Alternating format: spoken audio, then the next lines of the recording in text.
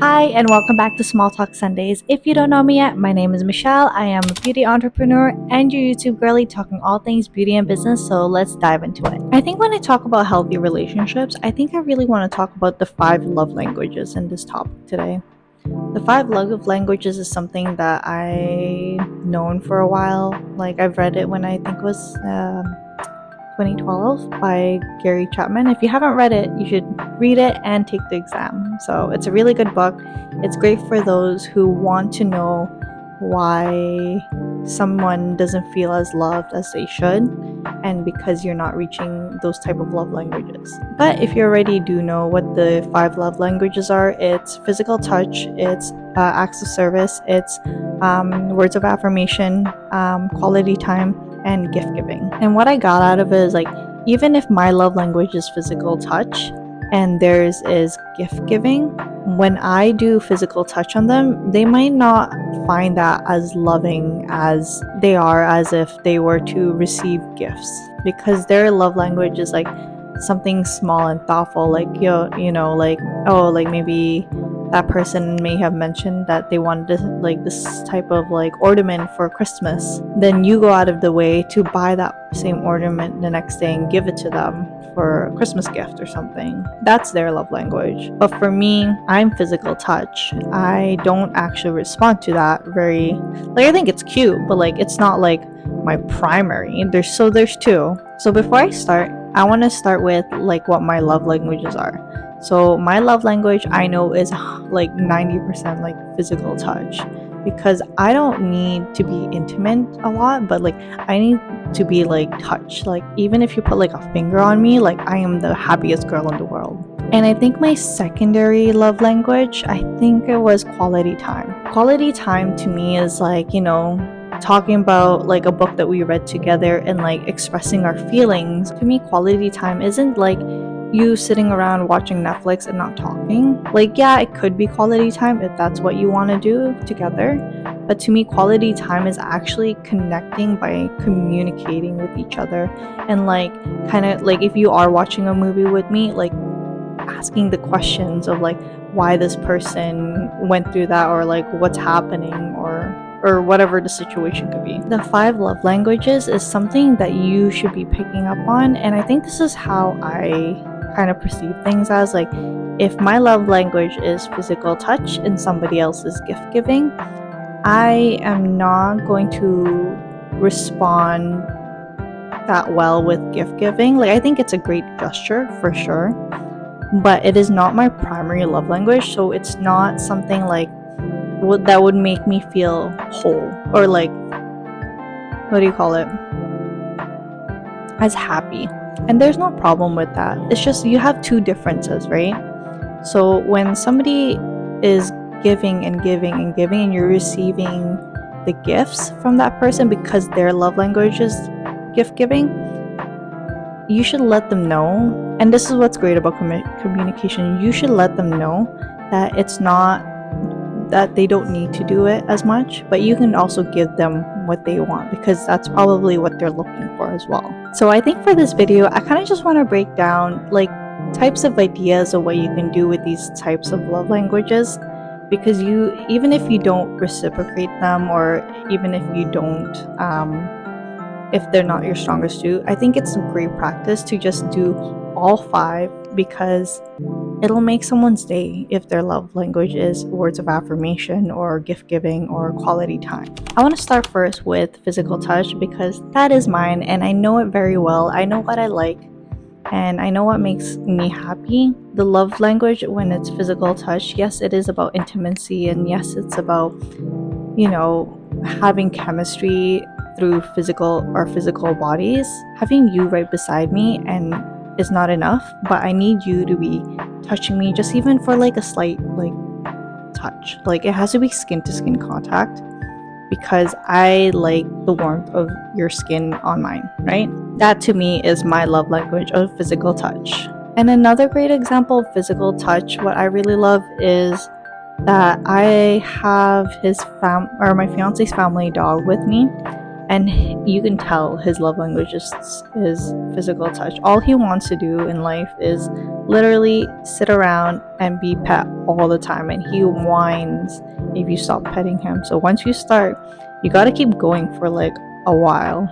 And for physical touch again, it's like I love hugs. I've always loved hugging people around me because it makes me happy and it gives me like a lot of like high energy with people. It's like, it's like a warm welcome to me. And the next one is acts of service. Acts of service, I think it's really meant for a lot of men that like that action. Acts of service can mean a lot of things, but a great example could kind of be like, if your partner likes water and he drinks it like every night and he goes to bed with it, maybe like before he goes to bed, like just refill his water jug.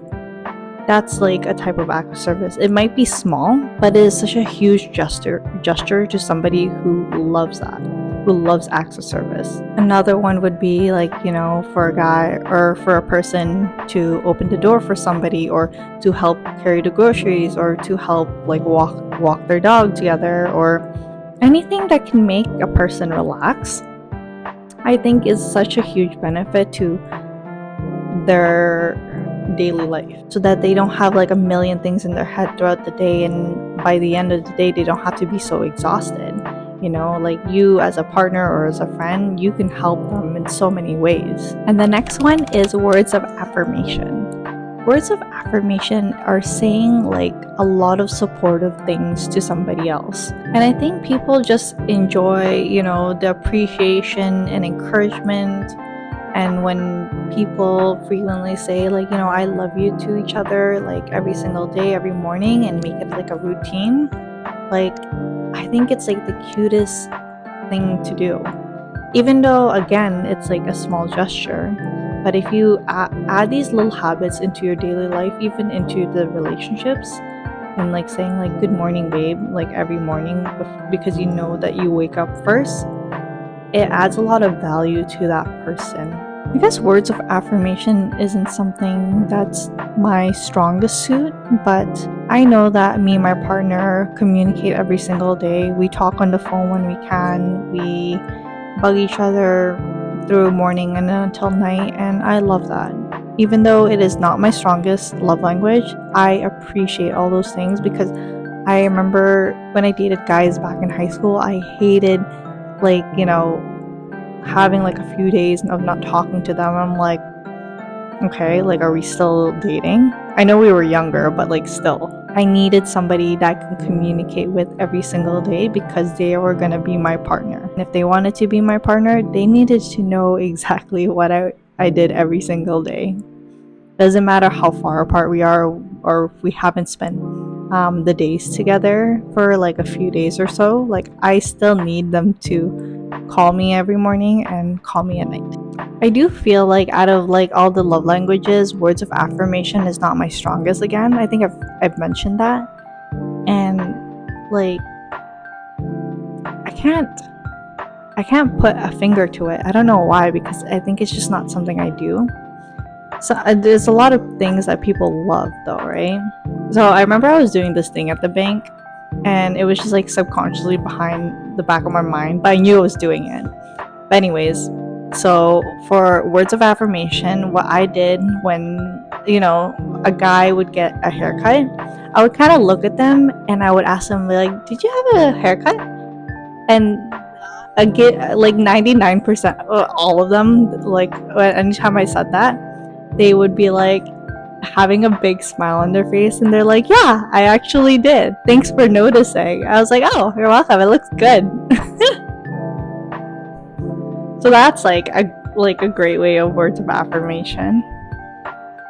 Now I'm just kind of thinking like what I've done before for words of, or for any of these love languages. It's like the little things that people love to hear, And now my second favorite, it's gonna be quality time, where you're expressing your love language to somebody by sharing like activities, conversations, and like just being together. This one was with my friend, and I know one time me and my friend, we went to the beach, and like, hey, like I was gonna go sleep over at her place, and we ended up being at the beach, and we were just talking about like these books or these self-help books that we were reading, and we kind of just went through the fun quotes that we really liked about the book, and like kind of went in depth on like why this kind of resonates with us, or like why it's so important to feel this way, and we just bonded together so well at that moment. And like to me till this day, it's created such a huge memory in my time. And I feel like when people actually create memories with me, like it becomes so important because I'm able to share those memories with other people because I can remember them, instead of days are just like passing by and I'm just waking up, going to work, and then falling asleep again. Like that's not a memory to me, and quality time really helps with that. And sometimes I think like when you have a partner and majority of your time is made with a lot of memories, it's because you enjoy them. You love the experience of what just happened, and you just want to share with the world. And that's why I love like quality time. And last but not least, it is receiving gifts. Receiving gifts is definitely not my strong suit, but it's definitely giving like meaningful thoughts when you gift somebody an idea, like to celebrate with like a present or something that they want to do. And I know one of my friends is a really good example for it, so I'm going to share her point of view because I've noticed it over time that she was a gift giver, and she loved, and I think she also really loved receiving gifts as well, because every time I have a conversation with her, and it doesn't matter, we've been friends for like, I think it's been like 10 years. Ugh, so long. Anyways, every time we have a conversation or we are talking for hours, she'll pick up on something and she will learn to be so it's not even learn, she knows how to be thoughtful, and she will put that into action, which is crazy to me. I'm gonna give you a funny example. So one time with my ex-boyfriend, actually a long time ago, and I was really sad, and I was like, like I was just like reminiscing why like we weren't like kind of working out, and like why like we did these little activities together, and one of them was like having like going to a bakery together in like South Granville, and just picking up like once a week and just picking up like a bakery together. And I was telling her that because I told her that I'm gonna miss those things, and that like it's not gonna happen anymore. And then literally the next day, it was so funny. She like, because we worked together too, so she came on like my floor. I was in retail, by the way, and she like handed me a bakery. She's like, I can do that too. I was like, stop. That was such a funny memory, because I was like, he has a good point. She's such an amazing person. Like I can't even say anything, because that was like, there's just so many examples of why she's like a great gift giver as her love language, and also like a receiver, I think. But I'm gonna say this: people with gift giving also have they have like a shopping problem. So if you're watching this, I'm so sorry. I'm gonna put you on blast there. But I kind of just wanted to go over like the 5 love languages, because I've read this book a long time ago, and then I took the quiz, and then like I thought it wasn't just because you have your primary, secondary, that it's good to have all these qualities put together, even if it's like the smallest thing that you can add into your daily life with your partner or even your friends. Like it'll mean so much to them that you actually put the time and effort to go out of your way to even think about these things for them. So I'm hoping you liked this video, and thanks for watching. And if you want to comment down below, you can like and subscribe as well. Thanks for watching. Bye. Sometimes I honestly have so many fun conversations with my friends, and I always want to put them on camera, but like they don't want to. It's just because like we always talk about the randomest things, but like they're just hilarious, of like the things we agree or disagree. But one day I'll put them on my YouTube channel and see how it goes. Okay, I have this memory. It was me and my fiance. We were just like friends back then, and it was like grade 10, so we're like tiny and innocent, we're like getting through high school. And I remember this one time I was in the gym, and I was like really sad going into class, and I don't know why. I think it's because it was like that time of year where everyone was like having relationships. I think it was February probably. Anyways, I like go up to him and I was like having like a frowny face, and I'm like, "Can I have a kiss on the cheek?" And he did it. And like throughout the whole day, I remember it made me feel great. Like I'm like, I don't need anything else. I'm good for today, you know? Ah, I miss those times. So innocent.